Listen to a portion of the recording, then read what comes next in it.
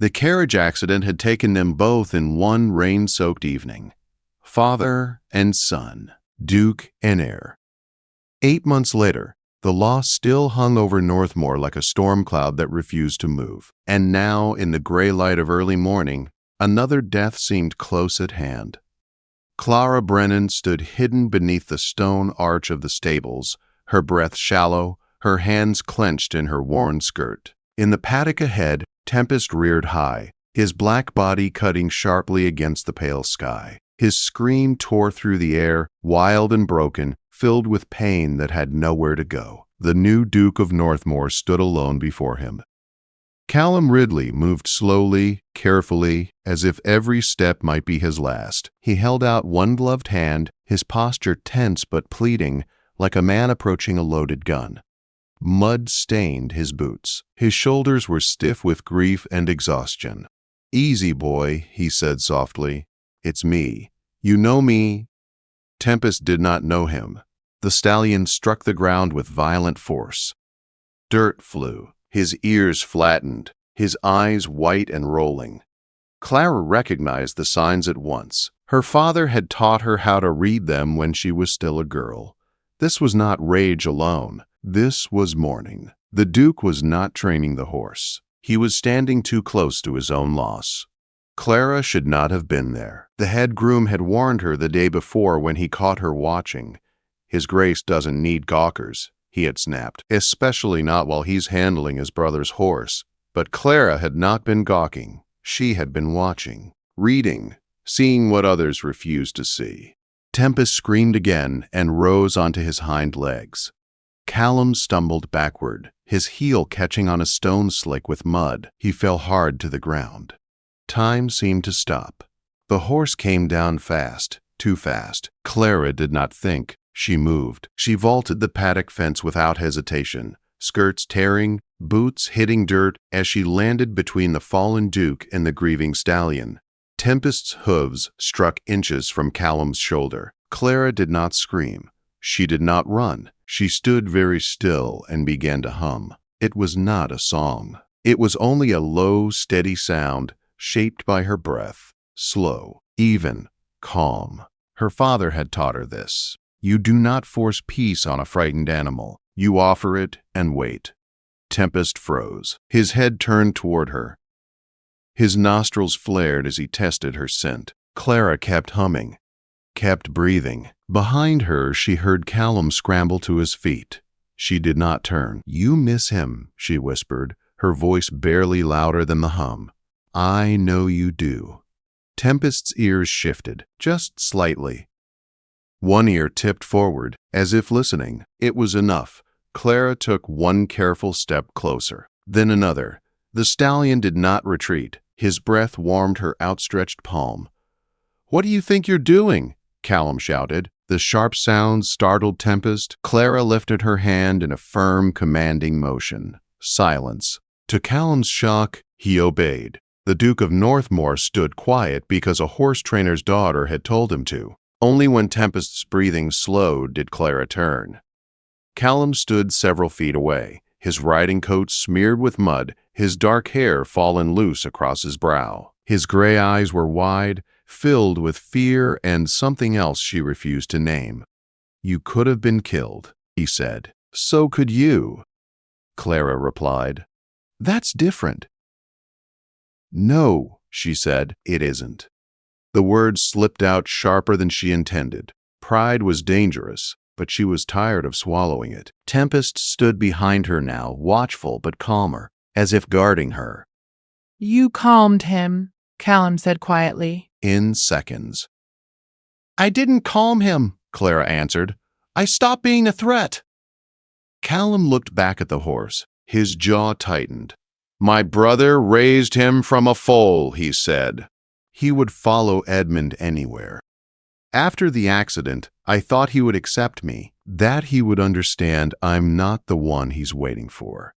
The grief in his voice was bare. "I can't destroy him," Callum continued, "but keeping him like this is cruelty. Every trainer says he's beyond help." Clara turned to Tempest. She saw no madness there, only loss. "He's not gone," she said. He's alone. Callum looked at her sharply. Can you help him? She knew what he was truly asking. Can you save the last piece of my brother I have left? She should have said no. She had debts waiting at home, creditors circling her father's land like vultures, a broken engagement behind her, a reputation already bruised by gossip. Instead, she said, I can try.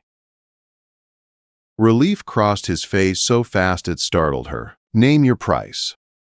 3 weeks, Clara said. Full control, no interference. And payment enough to keep my home. Done. And a written reference when I succeed, she added. Callum hesitated only a moment. Done. She nodded once. I start tomorrow. You start now, he said. He ordered rooms prepared near the stables, insisted she stay close, said Tempest needed consistency. Clara knew the truth. The Duke needed it too.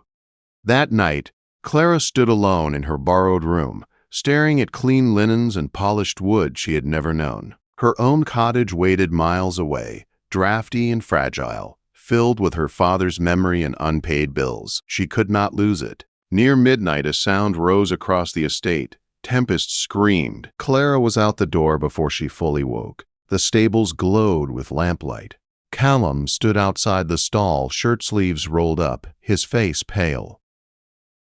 He does this every night, he said. Nothing helps.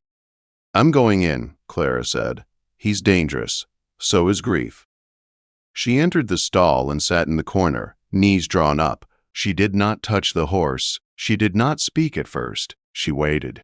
Tempest paced and cried, his pain raw and endless. Clara let it exist. After a long while, she spoke. My father died 3 years ago, she said softly. I kept setting his place at the table. The heart doesn't listen to reason. Tempest slowed. You're allowed to miss him, she whispered. You don't have to be alone anymore. The stallion stopped, trembling. Then, slowly, he stepped closer. When Clara reached out this time, Tempest did not strike. He let her touch him. Outside the stall, Callum watched in silence, hope and fear battling in his chest. For the first time since the accident, Tempest did not scream himself into exhaustion. And for the first time in 8 months, the Duke of Northmoor allowed himself to believe that something broken might still be saved. Morning came gray and cold, but the stables were already awake. Clara rose before dawn, pulling on her plain dress and boots, her father's worn training journal tucked under her arm. She moved quietly, aware that every step she took on ducal land was being watched, judged, and whispered about. Tempest stood waiting when she reached his stall. His ears flicked toward her, not flat this time, not hostile, just aware. That's good, she murmured. Awareness means you're still here.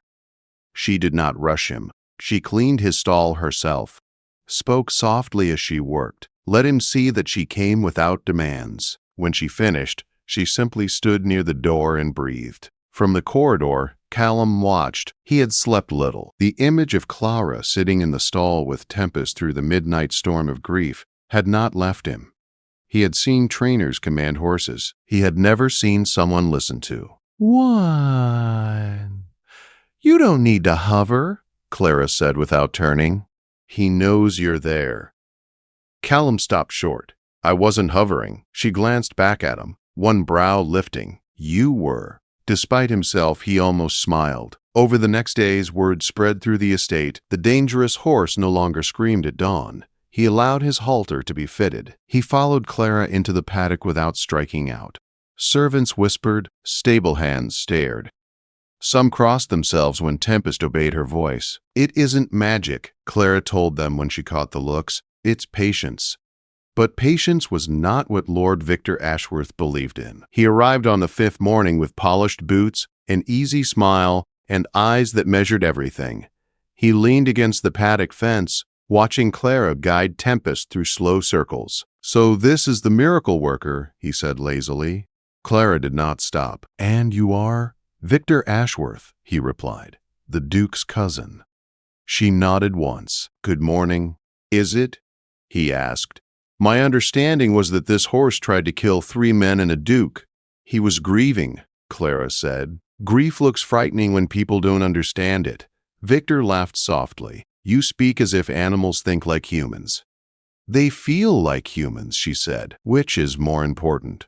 His smile thinned. You're very confident for someone of your position.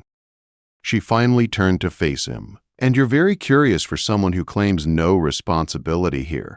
Victor's eyes sharpened. Careful. Likewise, she replied. From the manor window, Callum saw the exchange. His jaw tightened. That night, Tempest cried again. Softer this time. Clara sat with him, her back against the wall, humming quietly. The stallion rested his head near her shoulder, not touching, but close enough to share warmth. Callum stood at the stall door. You don't have to stay, she said. I know. He stayed anyway. They did not speak much those nights. There was something fragile growing between them, something both of them feared naming. Shared silence felt safer than promises. By the end of the first week, Tempest accepted a saddle. By the end of the second, he walked calmly beside Callum without lashing out. Hope crept into the stables like sunlight. That was when everything went wrong. Clara arrived one morning to find Tempest wild-eyed and sweating. His muscles shook. His breathing was wrong. She knelt by the water bucket and smelled it. Her blood ran cold. Fetch the Duke, she ordered the stable hand. Now. Callum came running, his coat half-fastened. He's been drugged, Clara said. Not enough to kill him. Enough to make him dangerous. Victor's face flashed in her mind. They worked fast. Fresh water. Slow walking. Clara never left Tempest's side, even when his legs buckled. Someone is trying to make him fail, Callum said quietly. Yes, Clara replied. And tomorrow is the council demonstration. Callum swore under his breath. That night, Clara slept in the stables. Callum stayed too. 2 lanterns burned low as they sat on opposite sides of the stall, listening to Tempest breathe. You shouldn't have to risk this, Callum said. And you shouldn't have to lose everything because someone is cruel, she replied. Their eyes met in the dim light. Something shifted. Clara, he said softly. Don't, she whispered, but it was already too late. The demonstration day arrived bright and unforgiving. The council gathered, guests whispered. Victor smiled. Clara led Tempest into the paddock, her heart pounding. The horse fought the lingering effects of the drug, but he trusted her. She mounted. For 3 seconds, it worked. Then Tempest bucked. Gasps filled the air. Clara rode through fear and instinct, holding until she knew she could not save it. She jumped clear, hit the ground hard, rolled, and lay still. Callum was over the fence before anyone could stop him. Clara, he said, lifting her head, speak to me. I'm here, she gasped. Victor stepped forward. Well, that settles it. Something inside Callum broke. No, he said. It doesn't. He stood, his hand clasping Clara's. You see danger, he told the council. I see sabotage. I see grief turned into a weapon. And I see a woman who risked her life because she believes broken things are worth saving. Murmurs rippled through the crowd. Victor sneered. You're compromised. Callum looked down at Clara, then back at them. Then let me be compromised, he said, because I refuse to become a man who destroys what he loves to appear strong. Silence fell. Tempest stepped forward. Slowly, calmly. He lowered his head and pressed it against Callum's chest. A collective breath was released. Lord Hardwicke stared. That horse has never done that. He's healing, Clara said quietly. Victor's face went pale. The council withdrew to speak in private. When they returned, their tone had changed. We will investigate, Hardwicke said, both the sabotage and the accusations. Victor said nothing. Later, as the crowd dispersed, Callum turned to Clara, his voice low. I should have protected you better. She shook her head. You stood when it mattered. I meant before. Their hands lingered together. That night, under the quiet stars, Tempest rested peacefully for the first time in months. And Clara realized she was no longer just saving a horse. She was standing in the middle of a choice that would change everything. The investigation did not take long. Truth has a way of surfacing when enough people are watching closely. The stable hand, who had been paid to look the other way, spoke within 2 days. The drug was traced, the timing exposed, and Lord Victor Ashworth's polite smile vanished from Northmoor for good. He left the estate quietly before the council's final ruling could be announced. By the end of the week, word reached the servants that he would not be returning. Clara heard the news while brushing Tempest in the early morning light. The stallion stood calm and steady, his head lowered, his breathing slow. He no longer startled at footsteps. He no longer screamed at midnight. "He's different," the head groom said, awe in his voice. "Never seen a horse come back from something like that." Clara ran the brush down Tempest's dark neck. "He didn't come back," she said. He moved forward. The council's decision was delivered to Callum in the library. Clara waited outside, pacing the long corridor, her heart hammering like a trapped bird. She told herself she was calm. She told herself she had done her part. When the doors finally opened, Callum stepped out alone. For one terrible second, she thought she had lost everything. Then he smiled. "They're standing down," he said. No censure, no interference, and a formal apology. Her knees weakened. Truly, truly. He moved closer, lowering his voice. "They also recommended Tempest remain under your care." Relief rushed through her so hard it hurt. "That means," Callum continued, "if you wish to stay." Clara looked at him, really looked at him, the Duke who had stood in public scandal, the man who had chosen honesty over safety. "I do," she said softly, "if the offer still stands." It always stood. In the weeks that followed, life at Northmoor changed in small but meaningful ways. Callum spent more time in the stables than the drawing rooms. The servants relaxed. Laughter returned to halls long ruled by silence, and Clara became impossible to ignore. She trained horses. She spoke plainly. She refused to bow her head when dismissed opinions were offered. People talked. They always would. Callum stopped caring. One evening, as autumn crept into the air, he found Clara sitting on the fence watching Tempest graze. "He's ready," she said without looking at him. "For what?" "To be ridden properly again, not to perform, just to live." Callum swallowed. "I was afraid to ask." "You don't have to ride him," she said gently, "but I think he's ready for you." They approached together. Tempest did not move away. Callum laid a hand against the horse's neck, his breath unsteady. For a long moment he said nothing. "I miss him," he whispered, "every day." Tempest nudged his shoulder, solid and warm. "So do I," Clara said. Callum turned to her then. The question in his eyes was not about horses. "I can't offer you safety," he said, "or ease, or a quiet life." "I don't want quiet," she replied. "I can offer honesty," he continued, "and partnership, and a place beside me that won't always be welcomed by others." She smiled sadly. "I've never been welcomed. I've survived anyway." He laughed softly. "You make it sound simple." "It isn't," she said, "but it's worth choosing." He took her hands. No crowd, no counsel, just truth. "Stay," he said, "not as an employee. As my equal." Her heart ached with the weight of it. "Yes," she said.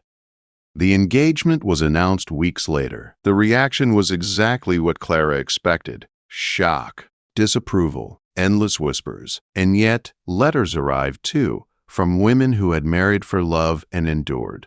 From men who admired Callum's defiance. From people who had felt unseen and suddenly felt braver. The wedding was small. No grand society spectacle. No performances. Tempest stood near the chapel, calm and proud, as if he understood the day mattered. When Clara walked down the aisle, she wore no borrowed jewels, only her father's simple silver pin at her collar. Callum watched her as if the world had narrowed to one point. "I choose you," he said in his vows, "not despite who you are, because of it." "I choose you," she answered, "not for your title, for your courage." Afterward, they walked the grounds together, hands linked, breathing in the quiet they had earned. That night, Clara returned to the stables one last time as Clara Brennan. Callum followed her. "You don't have to say goodbye," he said. "I know," she replied. "I just want to remember." Tempest lifted his head and walked to her. She pressed her forehead to his. "You did good," she whispered. "We both did." The horse breathed out slow and steady. Winter came early that year. Snow dusted the fields. The estate changed its rhythm, and one morning Clara woke with Callum's hand warm against her back and realized she was no longer afraid of tomorrow. Months later, when their daughter was born, Tempest stood quietly outside the window, a dark shape against the white ground. Callum held the child and laughed through tears. "She's stubborn," he said. Clara smiled. "She'll need to be."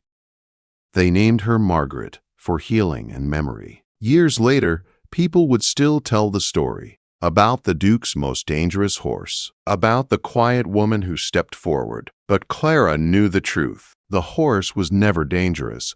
He was broken. And love, chosen bravely and without apology, had taught them all how to heal.